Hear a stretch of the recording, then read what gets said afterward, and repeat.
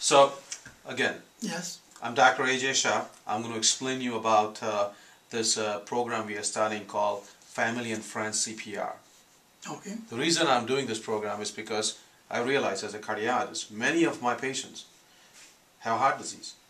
And many of them are at risk of developing heart disease. Right. And when a person has heart disease, they are always going to be at risk of developing cardiac arrest at home. For example, you had bypass, you had stents. People have had a heart attack.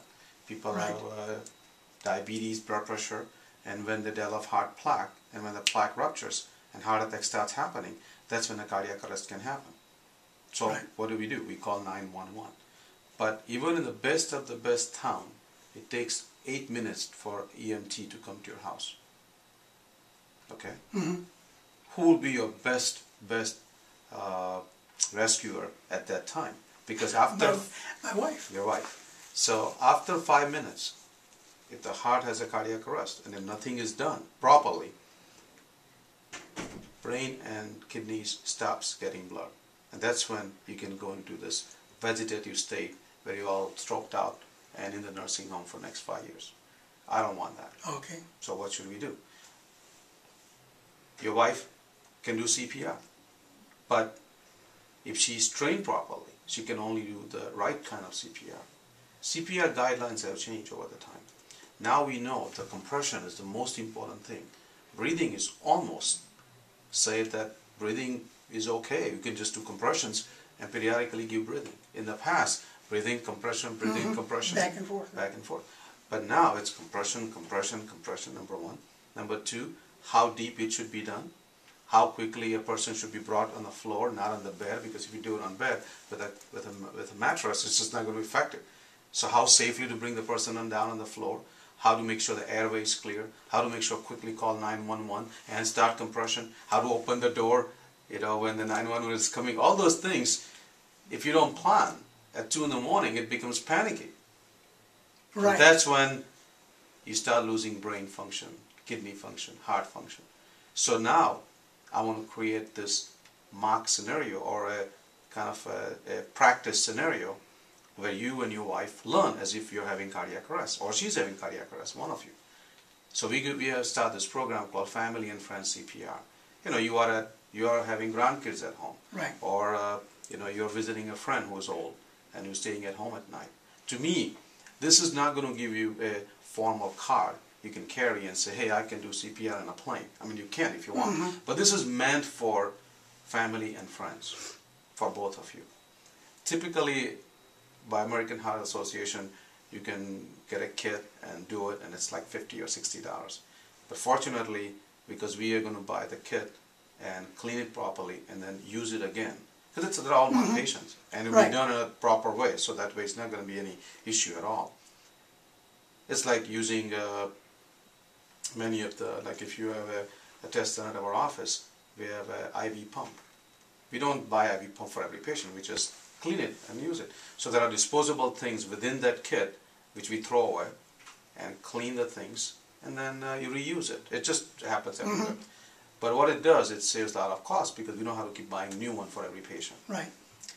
So we have planned this way that it's going to be an hour and a half, 1 to 1.5 hour long. It will happen on scheduled hours, so that way you will make as if it's in a separate appointment. You will not even see me that day. You both will just come and get it trained. It's going to cost like $25 per person. To me, it's worth the cost. And you just bill through the account, so it's not like you have to pay. You can pay up front if you want, but it's my 2010 goal is to be as preventative, as safe as we can. And even if I ask you to control your cholesterol, and you do, but to me, how about the cardiac arrest? That's like an ultimate reason I was trained as a cardiologist. But I'm not with you when cardiac arrest happens. I like to, but your wife said, no, we have too many people in this house then. So let's get this family and friends CPR done. Obviously, when the time is right for you, I'll set you up. Because some patients, when they come and see me, I may have to make sure they are stabilized heart-wise before I can offer that procedure. Some people like new consults. I may say, let's check your heart out before we do CPR training because you're not done with me yet. Before I send you to a CPR person. Same way for you.